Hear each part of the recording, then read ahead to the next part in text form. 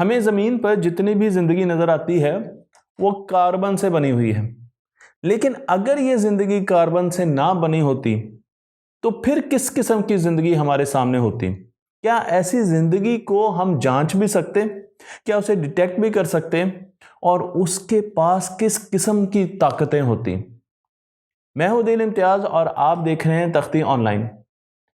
Carbon से ज़िंदगी के बनने का एक आम सबूत यह है कि जब भी पौधे या जानवर मरते हैं और गलते सड़ते हैं तो उनसे हमें कोयला और मुख्तलिफ किस्म का ईंधन मिलना शुरू हो जाता है।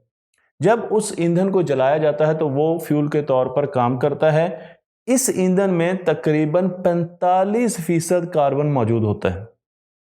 आज हम जानते हैं कि हमारी दुनिया में 118 मुख्तलिफ किस्म के एलिमेंट्स मौजूद हैं। इन एलिमेंट्स को हमने पीरियोडिक टेबल में सजाया है। इस पीरियोडिक टेबल में एक एलिमेंट आपको कार्बन नजर आ रहा है। अगर आप कार्बन की तरफ देखें तो आपको इस जैसे और एलिमेंट्स भी नजर आते हैं, लेकिन हमारी जिंदगी सिर्फ एक एलिमेंट से बनी है जिसे कार्बन कहा जाता है। अगर आप इंसान की जिस्म का मुशाहिदा करें तो आपको पता चलेगा कि हमारे जिस्म में तकरीबन 65% ऑक्सीजन है और 18.5% कार्बन मौजूद है। एक इंसान के जिस्म में 3 × 10 की ताकत 26 कार्बन के एटम मौजूद हैं। इतना ज़्यादा कार्बन हमारे अंदर मौजूद है और जो लाइफ हमें नज़र आती है, चाहे हम जानवरों की बात कर रहे हैं या हम प्लांट्स की बात कर रहे हैं, उन सब में ज़मीन में आपको कार्बन ही नज़र आता है। लेकिन कार्बन के आपको बहुत से और भी कंपाउंड नज़र आते हैं। आपको CO2 नज़र आती है जो धुएं की शक्ल में निकल रही है। आपको अपना DNA नज़र आता है जो कि कार्बन से बना है। मीथेन गैस जो घर में आती है जिसको जलाया जाता है, इथेनॉल, बेंजीन, ये वो सारे कंपाउंड्स हैं जो कि कार्बन से बनते हैं। फिर सवाल ये है कि हमारे सेल कार्बन से मिलकर क्यों बने हुए हैं? ऑर्गेनिक कंपाउंड जो कि कार्बन से मिले हैं वो हमारे सेल के स्ट्रक्चर्स को क्यों बनाते हैं? और जितने भी प्रोसेस, बायोलॉजिकल प्रोसेस हैं जो कि हमारी बॉडी को चलाते हैं, वो भी कार्बन बेस्ड क्यों हैं?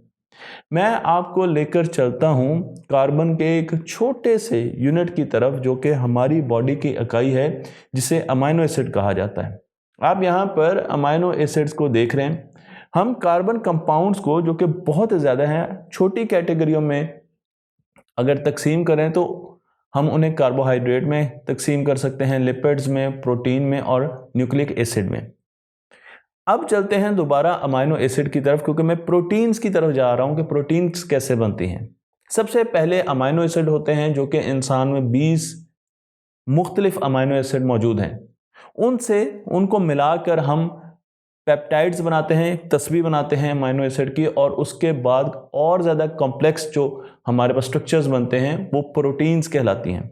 मैं आपको यहाँ पर एक अमाइनो एसिड जो कि बिल्डिंग ब्लॉक है हमारे जिस्म का, हमारी बॉडी का, यहाँ पर दिखा रहा हूँ। तो आप देखेंगे ये कार्बन से भरा हुआ है। इसके पास कार्बन है और कार्बन के साथ मुख्तलिफ किस्म के और एटम्स बॉन्डिंग कर रहे हैं। आपको ऑक्सीजन भी नज़र आ रहा है, आपको नाइट्रोजन भी नज़र आ रहा है, आपको हाइड्रोजन भी नज़र आ रहा है। ये भी बताता चलूं कि इंसान में 20 अमाइनो एसिड हैं, लेकिन और जानदारों में और अमाइनो एसिड्स भी मौजूद हैं। हम अगर कार्बन के एक एटम की तरफ देखें तो हमें पता चलेगा कि कार्बन के आखिरी शेल में 4 इलेक्ट्रॉन हैं। इसका मतलब यह है कि 4 इलेक्ट्रॉन वो और हासिल कर सकता है, वो 4 कोवलेंट बॉन्ड बना सकता है। ये कार्बन की एक सुपर पावर है कि वो 4 सिंगल कोवलेंट बॉन्ड बना सकता है। CH4 मीथेन देख लें कि उसने हाइड्रोजन के साथ 4 बॉन्ड्स बना दी।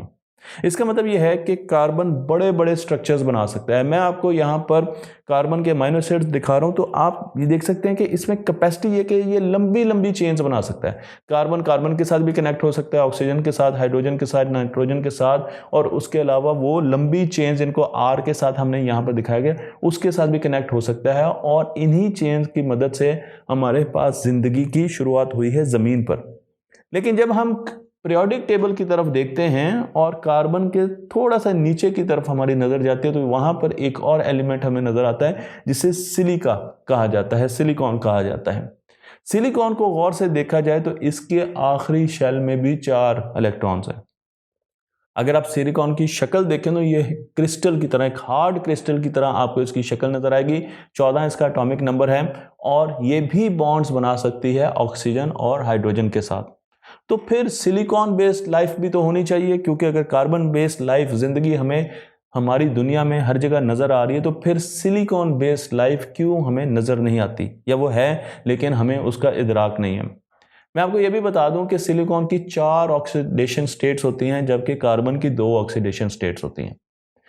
कार्बन ज्यादा कॉम्प्लेक्स स्ट्रक्चर बनाता है तो सिलिकॉन उससे भी ज्यादा कॉम्प्लेक्स स्ट्रक्चर बना सकता है, लेकिन सिर्फ मसला यह है कि सिलिकॉन डीएनए भी बना सकता है, सिलिकॉन ऑर्गेनिक पॉलीमर्स भी बना सकता है, लेकिन सिलिकॉन के जो बॉन्ड्स होते हैं वो कमजोर बॉन्ड्स होते हैं। कार्बन की निस्बत वो बहुत ज्यादा कमजोर बॉन्ड्स होते हैं, इसलिए सिलिकॉन बहुत कॉम्प्लेक्स स्ट्रक्चर नहीं बना पाता। सिलिकॉन को एक जो बहुत बड़ा फायदा है वो ये है कि ये बहुत ज्यादा स्टेबल होता है, ये ज्यादा टेम्परेचर कम टेम्परेचर वेरिएशन बर्दाश्त कर सकता है। ये केमिकली अगर ऐसी जगह पर है जहां पर बहुत ज़्यादा एसिडिटी है या बहुत ज़्यादा अल्कलाइन जगह है तो वहां पर भी ये सर्वाइव कर सकता है। तो इसका मतलब ये है कि अगर इससे ज़िंदगी बनी होती तो वो ज़िंदगी बहुत गर्म इलाकों में भी रह सकती थी, बहुत गर्म सियारों में भी रह सकती थी और बहुत ठंडी जगहों पर भी स्पेस में रह सकती। तो वो ज़िंदगी ज़्यादा हार्श वेदर को बर्दाश्त कर सकती थी। इसी तरीके से वो जिंदगी बहुत ज्यादा टॉक्सिक जगह पर, जहरीली जगहों पर भी जिंदा रह सकती थी। मैं आपको ये भी बता दूं कि इसको यानी सिलिकॉन को डबल बॉन्ड्स बनाने में बहुत मुश्किल होती है। जमीन पर जिंदगी आने की एक बहुत बड़ी वजह पानी था। पानी एक सॉल्वेंट के तौर पर काम कर रहा था जिसके अंदर कार्बन मिक्स हो रहा था और वो मुख्तलिफ किस्म के कॉम्प्लेक्स कंपाउंड्स बना रहा था। ये एक्सपेरिमेंट हम लैब्स में भी कर चुके हैं और हम ज़मीन के मॉडल लैब्स में बनाकर देख चुके हैं कि किस तरीके से अमाइनो एसिड्स और पेप्टाइड्स, अमाइनो एसिड से पेप्टाइड्स बन सकती हैं। लेकिन जब हम सिलिकॉन की बात करते हैं और सिलिकॉन को, क्योंकि ज़मीन में ऑक्सीजन भी है और पानी भी है, तो ये दो चीज़ें थी और फिर कार्बन के साथ कुछ इस किस्म के अवामिल ज़हूर पजीर हुए कि ज़िंदगी आ गई। तो जब हम ऑक्सीजन को सिलिकॉन की तरफ लेके जाते हैं तो वहाँ पर हमें मिलती है रॉक्स, यानी सिलिकॉन जब ऑक्सीजन के साथ रिएक्ट करता है तो वो हमें ऑर्गेनिक मॉलिक्यूल देने की बजाय वो रॉक्स बनाना शुरू कर देता है। तो अब सिलिकॉन बेस्ड जो लाइफ होगी वो हो सकता है ऐसी लाइफ हो जो कि आपको पथरीली शक्ल की नजर आए। जब हम सिलिकॉन से मुख्तलिफ किस्म के इलेक्ट्रॉनिक्स की चिप्स बनाते हैं, मुख्तलिफ आलात बनाते हैं, तो वहाँ पर भी अगर इनमें किसी किस्म की ज़िंदगी आ जाए तो आपको ये आलात बोलते हुए नजर आएंगे। तो आपको अगर सिलिकॉन से ऑर्गेनिक मॉलिक्यूल मिल सकता है तो फिर आपको ऐसी चिप्स भी मिल सकती हैं जो कि ज़िंदा हों, जिनमें ज़िंदगी की रमक मौजूद हो। ये सारी की सारी चीज़ें फ़िलहाल हाइपोथेटिकल हैं और इनके बारे में सोचा जा रहा है। हमारे पास फ़िलहाल ऐसा कोई भी सबूत नहीं है कि सिलिकॉन बेस्ड लाइफ कहीं हमें नज़र आई है। लेकिन जो एक बहुत बड़ी पहेली है ज़मीन पर वो ये है कि ज़मीन पर सिलिकॉन बहुत ज़्यादा मौजूद है। 28% ज़मीन का क्रस्ट सिलिकॉन का है, सिलिकेट्स हैं मुख्तलिफ, और सिर्फ 0.03% कार्बन मौजूद है। लेकिन ज़मीन पर जो ज़िंदगी है वो कार्बन से बनी है, सिलिकॉन से नहीं बनी। ज़मीन पर पानी है, ज़मीन पर ऑक्सीजन है, तो इसलिए साइंसदान ये सोच रहे हैं कि जहाँ पर ऑक्सीजन और पानी है क्या वहाँ पर सिलिकॉन ज़िंदगी नहीं बना सकता या वहाँ पर कार्बन ज़िंदगी बना सकता है। तो सिलिकॉन तो बहुत ज़्यादा हमारी ज़मीन पर, ज़िंदगी तो इससे आनी चाहिए थी, लेकिन ज़िंदगी आई है कार्बन से। तो ये एक बहुत बड़ा सवाल है, पैराडॉक्स है, पहेली है जिससे हमें अंदाज़ा नहीं हो रहा। लेकिन हम ये सोच सकते हैं कि शायद किसी और प्लेनेट पर हमें सिलिकॉन बेस्ड लाइफ मिल सके। अगर सिलिकॉन बेस्ड लाइफ हम ढूंढेंगे तो वहाँ पर पानी की तरह का सॉल्वेंट भी होना चाहिए। जो किरदार ज़िंदगी बनाने में पानी ने कार्बन और ऑक्सीजन के साथ मिलकर अदा किया, वो किरदार कौन अदा करेगा? तो सिलिकेट हमें टाइटन, जो कि सैटर्न का एक बड़ा चांद है, उसमें बहुत ज़्यादा मिलते हैं। लेकिन वहाँ पर जो सॉल्वेंट मिलते हैं वो ईथेन, मीथेन, ये दोनों किस्म के सॉल्वेंट हैं। मसला ये है कि वो बहुत ज़्यादा ठंडा इलाका है, इस वजह से सिलिकेट ठंडे इलाके पर कम रिएक्टिव होते हैं, वो ज़्यादा रिएक्शन नहीं कर सकते, ज़्यादा कॉम्प्लेक्स स्ट्रक्चर नहीं बना सकते। तो अगर ये चांद बहुत ज़्यादा ठंडा है तो हमारा पड़ोसी तो बहुत ज़्यादा गर्म है। हम वीनस की बात कर रहे हैं जहां पर सल्फ्यूरिक एसिड सॉल्वेंट के तौर पर पानी की जगह ले सकता है।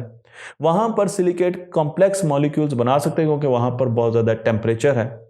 यही काम जुपिटर के दूसरे मून जिसे आयो कहते हैं उस पर भी हो सकता है क्योंकि वहां पर भी सॉल्वेंट सल्फ्यूरिक एसिड की सूरत में मौजूद है। अगर सॉल्वेंट ऐसा है जो कि ज़्यादा टेम्परेचर पर भी पानी की शक्ल में रह सकता है, पानी से मुराद लिक्विड माए की शक्ल में रह सकता है, तो और भी ज़्यादा फायदा है। मैं आपको लेकर चलूंगा मेथनॉल की तरफ। मेथनॉल 65 डिग्री सेंटीग्रेड पर भी लिक्विड फॉर्म में रह सकता है। तो इसका मतलब यह है कि अगर हमारे पास वहाँ पे सिलिकेट हैं और मेथनॉल की एनवायरनमेंट है तो उसके अंदर एक दूसरे से रिएक्ट कर सकते हैं और टेम्परेचर ज़्यादा होने के बावजूद लिक्विड फॉर्म में मेथनॉल मौजूद है तो हमें वहाँ पर ज़िंदगी मिल सकती है। लेकिन अभी तक हमें सिलिकॉन बेस्ड ज़िंदगी नहीं मिली। हमने बहुत सी मूवीज़ देखी हैं जहाँ पर पथरीली शक्लों के एलियंस हमें दिखाए गए हैं और इन मूवीज़ के पीछे भी बेसिक जो सोच है वो यही है कि सिलिकॉन बेस्ड एलियंस होंगे, सिलिकॉन बेस्ड लाइफ शायद कहीं दुनिया में एग्जिस्ट करे, कोई ऐसी जगह हो जहां पर ऐसी ज़िंदगी हमें मिल सके। और अगर ऐसी ज़िंदगी हमें मिल सकी तो वो ज़िंदगी कैसी होगी और उसके पास क्या क्या ताकतें होंगी और वो किस तरीके से हमारे साथ बिहेव करेगी। तो कुछ ताकतों के बारे में तो मैंने आपको बता दिया कि वो टेम्परेचर और आलूदगी को बहुत आसानी से बर्दाश्त कर सकेंगे, लेकिन बहुत सी ऐसी चीज़ें हैं जिनके बारे में हम उनको मिलकर ही जान सकते हैं। तो मुझे उम्मीद है कि आपकी ये मुलाकात जल्द हो जाएगी। तख्ते ऑनलाइन को लाइक कीजिए, शेयर कीजिए और इस इल्म को दूसरों तक पहुंचाते रहिए।